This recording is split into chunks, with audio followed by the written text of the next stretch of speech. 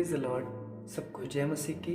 मैं परमेश्वर पिता का बहुत बहुत धन्यवाद करता हूँ फिर से जो उसने हमें ये अनुग्रह प्रदान कर दिया कि हम लोग फिर से उसके वचन के द्वारा उसके बातों को, उसके हृदय को सुन सके, समझ सके। इसके लिए मैं प्रभु का बहुत बहुत धन्यवाद करता हूँ। आइए हम लोग छोटी सी प्रार्थना करेंगे और छोटी सी प्रार्थना के साथ हम लोग आज के संदेश को आरंभ करेंगे। सर्वशक्तिमान पिता परमेश्वर, आपको हम धन्यवाद देते हैं खुदावंद। फिर से आपके हजूर आते हैं प्रभु जी, हम आपकी ओर ताकते हैं प्रभु की, आपके हृदय की रजाओं को प्रभु जी, उन इच्छाओं को पिता जो आपके हृदय में हमारे प्रति पाया जाता है पिता, उसको हम सुनने के लिए, जानने के लिए आए हैं। खुदावंद होने दे पिता परमेश्वर की, उनको तो प्रकट कर दे कि हम लोग उसको सुन सके, जान सके। हाँ पिता परमेश्वर, आप ऐसा करने जा रहे, हम धन्यवाद करते हैं। धन्यवाद के साथ ये प्रार्थना आपके प्रिय बेटे प्रभु यीशु मसीह के नाम से मांगते हैं, आमीन। मैं परमेश्वर का बहुत बहुत धन्यवाद करता हूँ, प्रभु ने जो मुझे फिर से मौका दिया। देखिएगा, आज का संदेश जो है वो इस वाक्य के आधार पे है। हमारा परमेश्वर असाधारण परमेश्वर है, वो साधारण काम नहीं करता। देखिएगा, एक बात है कि यहाँ पर एक वचन को मैं पढ़ना चाहता हूँ जो हमें मिलता है यशायाह उसका 36 अध्याय और उसका 4 पद को मैं पढ़ता हूँ। रबशाके ने उनसे कहा, हिजकिय्याह से कहो, महाराजा धीराज अश्शूर का राजा यूँ कहता है कि तू किसका भरोसा किए बैठा है। फिर मैं 37 अध्याय का 11 पद को पढ़ना चाहता हूँ। देख, तूने सुना है कि अश्शूर के राजाओं ने सब देशों से कैसा व्यवहार किया है कि उनका सत्यानाश ही कर दिया। फिर क्या तू बच जाएगा? गोजान और हारान और रेसेप में रहने वाली जिन जातियों को और तलस्सार में रहने वाले एदीनी लोगों को मेरे पुरखाओं ने नष्ट किया, क्या उनके देवताओं ने उन्हें बचा लिया? हमाद का राजा, अरपाद का राजा, सपवैम नगर का राजा और हिना और इव्वा के राजा, ये सब कहाँ गए? मेरे प्रियो, देखिएगा कि जब अश्शूर यहूदा पर चढ़ाई करने के लिए आता है, यरूशलेम पर चढ़ाई करने के लिए आता है, और उस यहूदा पर जिसका राजा हिजकिय्याह था, वहाँ पर जब चढ़ाई करने के लिए आता है तो इन सारी बातों को बताता है और बताकर हिजकिय्याह का विश्वास जो परमेश्वर पर है और उसके अंदर जो हियाव प्रभु ने उसको दिया है उसको तोड़ने की प्रयास करता है।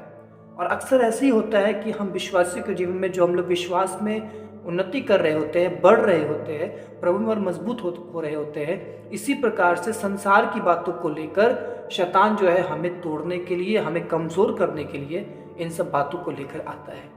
देखिएगा कि परमेश्वर हमारा असाधारण है और वो असाधारण काम ही हमारे जीवन में करना चाहता है, लेकिन उसके असाधारण काम हमारे जीवन में होने के लिए असाधारण परिस्थितियां भी चाहिए।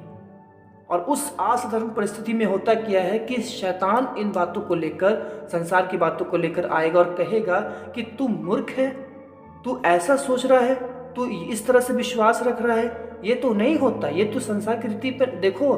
जो लोग ऐसे बैठे वो लोग तबाह हो गए।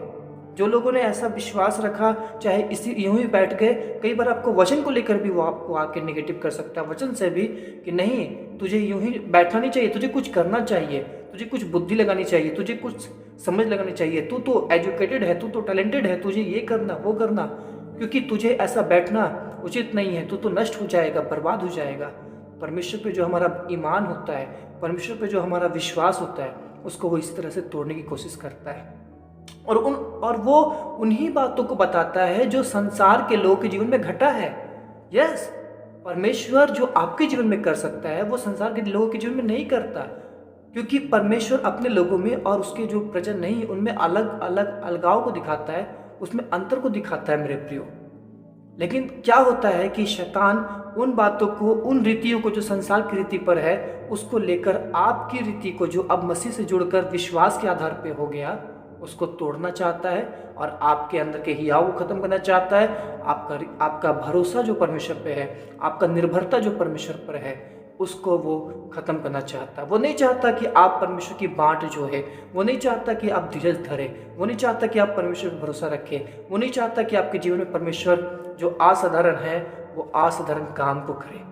इसीलिए होता क्या है कि जब हमारे जीवन में असाधारण परिस्थितियाँ आती है तो शैतान हमें घबराने के लिए हमारे मनों को नेगेटिव करता है। ऐसा कुछ भी नहीं होने वाला, तुम बेकार में बाँट जोड़े हो, तुम्हें कुछ भी फल नहीं मिलेगा। ठीक है, क्योंकि किसी के साथ ऐसा हुआ कि वो उन लोगों को आपको दिखाएगा जो जब उस हालात में आए तो वो नहीं पार कर पाए, वो नष्ट हो गए। या तो उन्होंने आत्महत्या कर लिया, या तो वो बैकस्लाइड हो गए, या तो उन्होंने कुछ और चॉइस कर लिया और परमेश्वर के मार्गों से हट गए। वो उन बातों को लेकर आएगा।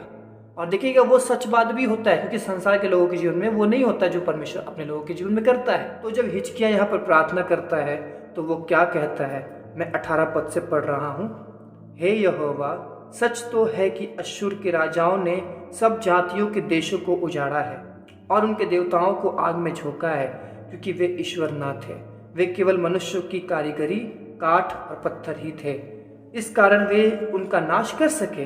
अब हे हमारे परमेश्वर यहोवा, तू हमें उसके हाथ से बचा, जिससे पृथ्वी के राज्य राज्य के लोग जान ले कि केवल तू ही यहोवा है।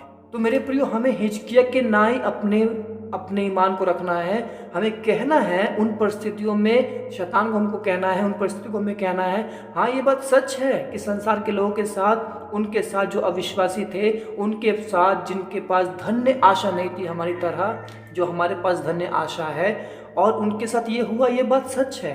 क्यों हुआ? क्योंकि उनका खुदा, उनका यीशु नहीं था प्रभु, लेकिन हमारा प्रभु जो है वो यीशु है।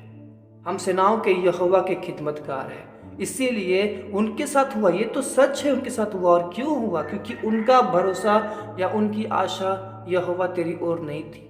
वो जिस पर यकीन करते थे, वो जिस पर भरोसा करते थे, वो तू नहीं था परमेश्वर, क्योंकि स्वर्ग और पृथ्वी का बनाने वाला और सच्चा खुदा तू है। लेकिन मेरा भरोसा तो तुझ पर है, इसीलिए तू इस असाधारण परिस्थिति में असाधारण कामों कर परमेश्वर, और इसको तू पिता इसमें से हमें निकाल, ताकि वो सब जान जाए कि तू ही यहोवा है, तू ही सच्चा परमेश्वर है।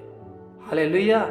मेरे प्रियो, आप चाहे किसी भी परिस्थिति में पड़े हुए हैं, फंसे हुए हैं, किसी भी दलदल में, गड्ढे में आप उतरे हुए हैं, एक बात को याद रखिएगा, परमेश्वर आपको उसमें से निकालने के लिए, परमेश्वर को बहुत समय की आवश्यकता नहीं है। परमेश्वर उसमें से आपको झट निकाल सकता है, एक पल में निकाल सकता है। लेकिन उस निकालने से पहले जो प्रोसेस होता है, जो आपका भरोसा परमेश्वर पर, परमेश्वर आपके जीवन से प्रसन्न होना, उस प्रोसेस में सिर्फ समय लगता है। परमेश्वर को किसी भी परिस्थिति से निकालने में किसी को भी, प्रभु को समय नहीं लगता है। और मेरे प्रिय, हुआ यही जब हिजकिय्याह ने परमेश्वर को इस बातों को बोला कि प्रभु ये बात सच है, उन्होंने ऐसा किया क्योंकि वो ईश्वर ना थे, लेकिन हमारा भरोसा तो तुझ पर है।